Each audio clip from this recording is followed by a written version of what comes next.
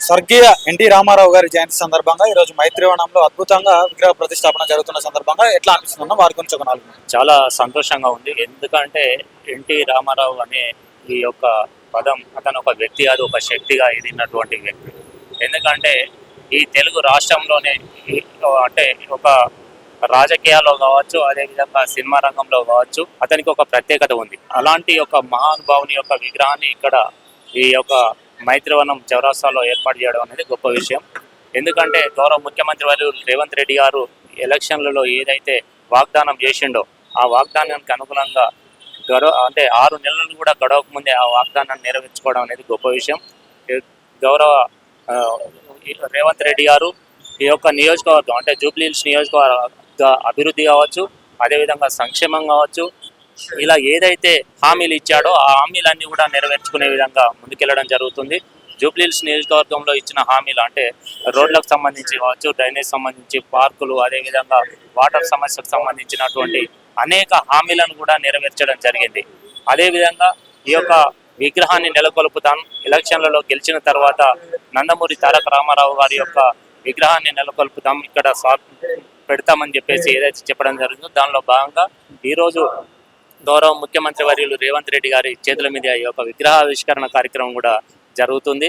కాబట్టి Jubilee hills నియోజకవర్గ ప్రజల తరఫున వారికి ప్రత్యేకంగా హృదయపూర్వక ధన్యవాదాలు తెలియజేసుకుంటున్నాం.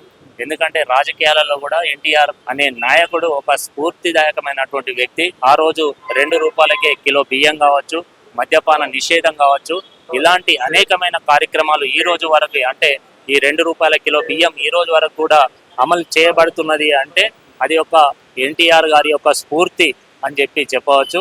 ఎందుకంటే ఎప్పుడైతే పేద ప్రజలను కాపాడుకుంటామో, పేద ప్రజల యొక్క ఆకలిని తీర్చుతామో అప్పుడే ఒక గొప్ప నాయకుడు అవుతాడని చెప్పడానికి ఎన్టీఆర్ గారు ఒక స్ఫూర్తి.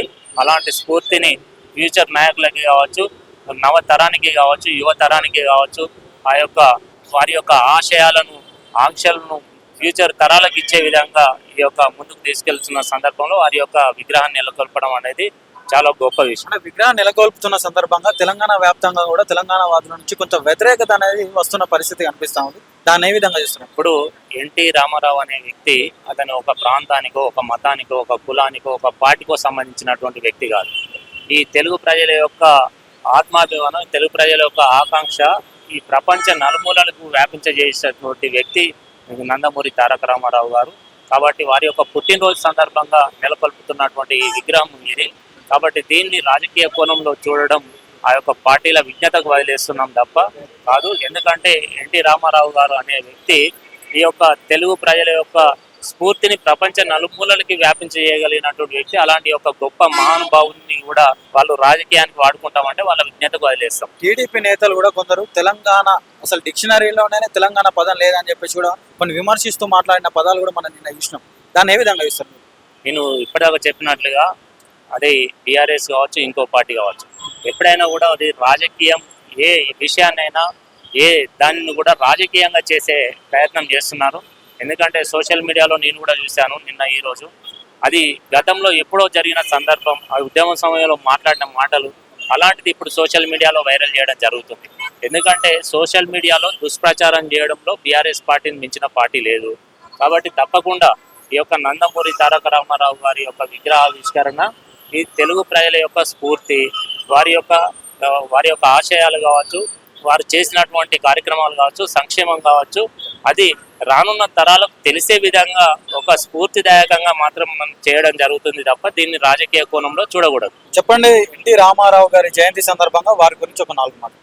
ఆయన అండి ఎన్టీ రామారావు గారు అంటే ఆయన మహానుభావుడు, ఆయన ఒక చరిత్ర అంటే ఆయన ఏమండి. మన సూర్య మండలం ఎంత గొప్పదో ఎన్టీ రామారావు గారు అంత గొప్ప ఆయనండి. ఏమండి ఆయన మర్చిపోయి మనిషి కాదు కదా, ఆయన మానవుల్లో ఉన్న దేవుడు, ఆయన అవతార పురుషుడు. ఆయన ఎంత గొప్పవాడంటే ఆ సంస్కృతంలో ఆయన గురించి కొన్ని మాటలు మహానుభావులు రాశారండి. అవి 2 మాటలు చెప్తాను మీకు. ఆయన ఎన్టీ రామారావు గారు ఎంత గొప్పవాడంటే అతల వితల సుతల రసాత్తల తలాత్తల మహాత్తల భూతలాది శత్రుదస్య భువనైక శాసనోర్ధండనాది నాదులకు అధినాదుండనై అనితర లబ్ధ శంకర ప్రసాదితానేక వరి సంపుండనై అఖిల సురాసుర గరుడ గంధర్వ కిన్న రంగ కింపుస సిద్ధ సాభ్యానేక వంధారు కరణికర మణికంకణ క్విని క్విని కొన కొన ఘనస్వరలాపనల మేల్కాంచు సార్వభౌముడు ఎన్టీ రామారావు గారు, నందమూరి తారక రామారావు గారు.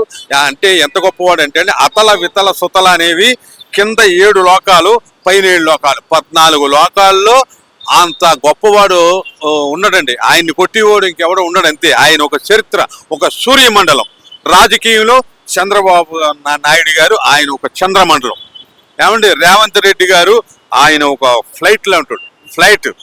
ఫ్లైట్ కన్నా ర్యాకెట్లు అంటారు ఆయన కూడా చాలా గొప్పవాడండి. అలాగే బట్టి విక్రమార్క గారు. రాజకీయాలలో అద్భుతంగా రాణించినటువంటి ఎన్టీ రామారావు గారు తన చివరి దిశలో అసలు రాజకీయంగా సరిగా ఆనందంగా తన జీవితం ముగియలేదు అనే వాదనలు కూడా ఉన్నాయి. ఎట్లా చూస్తారు దీన్ని? అదండి ఏమీ లేదండి. ఇప్పుడు భీష్మాచార్యుల వారు ఆయనకి ఒక గొప్ప వరం ఉందండి. ఆయన ఈ అన్నాల బతకాలి అంటే అన్నాలే బతుకుతాడు. మనకు వద్దు అనుకుంటే ఆయనకు వద్దు. అంత గొప్పవాడండి ఆయన. మన వెన్నుపోటు పడిచి చిత్రహింసలకు గురి చేశారు అని చెప్పేసి మాట్లాడుతూ ఉన్నాం. మరి ఎట్లా చూస్తారు? అవన్నీనండి ఫేక్ మాటలండి. ఫేక్ మాటలు. ఎన్టీ రామారావు గారిని ఆయన సూర్యమండలం అండి. ఆయన్ని ఎవ్వరూ ఏం చేయలేరండి. ఎన్టీ రామారావు గారే చెప్పారు నన్ను వెన్నుపోటు పొడిచారని. మరి అది తాత్కాలికంగా ఎవరన్నా ఇంక్లూడ్ చేశారేమో కానీ ఆయనకి ఎవరు వెన్నుపోటు పడరండి. సూర్య భగవానుడికి దండం పెట్టుకుంటారు కానీ ఆయన్ని ఎవరన్నా కొట్టగలరా? అంత గొప్పవాడండి ఎన్టీ రామారావు గారు. ఇంకా అసలు సందేహం లేదు. రామారావు గారు ఆయన రాముడు వేస్తే రాముడు, కృష్ణుడు ఎత్తే కృష్ణుడు, దుర్యోధనుడు ఎత్తే దుర్యోధనుడు, రావణపురం ఎత్తే రావణపురం. ఆయన నవవ్యాకరణ పండితుడండి ఎన్టీ రామారావు గారు. అంటే మామూలు వ్యక్తి కాదు, సమూహ శక్తి.